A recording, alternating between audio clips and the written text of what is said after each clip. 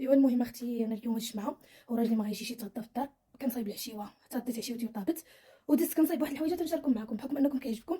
نشارك معكم شي حويجات هكا، شوفوا يديا بالعجينه باقا ما ساليتش شي حويجات اللي هما خفاف بالنسبه للكوتي ديال الوليدات ولا لانش بوكس ولا سميوها كيف ما بغيتوا، ولا الفطير ديال الصباح.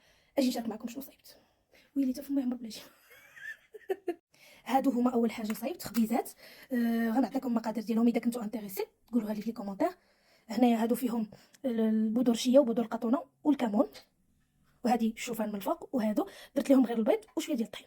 شوفوا الطوبات فين مستوين ما تضحكوش عليه. هنايا صايبت هذا الخبز اللي كيجي مزيوق، باقا غادي ندهنو وغنرش عليه يا اما الزنجلاني، المهم شي حاجه.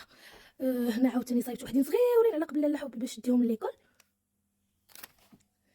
وهنايا صايبت عاوتاني هذه مزيوقه حتى هي منين غتخمر غتبان. وفي هذه الاثناء انا راه دابا دايره العجينه ديال ليكوف خديجه كتخمر، راه الماكينه سخنات، غندوز باش نطيب ليكوف. وهي لا ماشين ندهنها بشويه الزيت.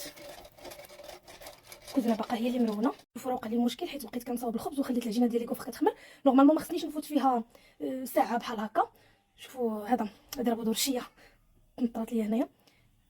صافي غادي نبدا، بسم الله يا ربي. وغادي نسد عليها. نتلاقاو في بارتو منين يطيب الخبيز، وإلا بغيتو المقادير خليوها لي في لي كومونتير.